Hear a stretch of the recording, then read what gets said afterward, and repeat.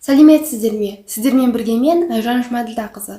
Бүгін мен сіздермен бірге нәрестелердегі ыстық-суық туралы айтатын боламын. Ең алдымен каналдың дамуы үшін каналға жазылып, лайк басып, комментарий қалдыруды ұмытпаңыз. Нәрестелердегі тері ыстықтығы немесе патничка неге пайда болады және қалай құтыламыз? Видеоны соңына дейін көріп, мен сізге өзімнің біліммен бөлісетін боламын. Себебіне келетін болсақ, жоғарғы температура мен ылғалдылық кезінде терлеудің әсерінен мүйізді және эпидермистің базальды қабаты деңгейінде тер бездерінің түтіктерінің бітелуінен пайда болады. Екі түрін ажыратамыз: кристалды және қызыл.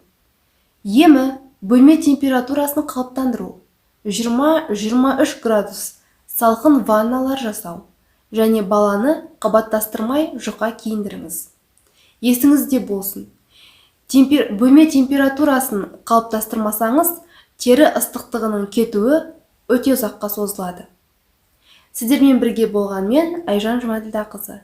Лайк басып, комментарий қалдыруды ұмытпаңыз.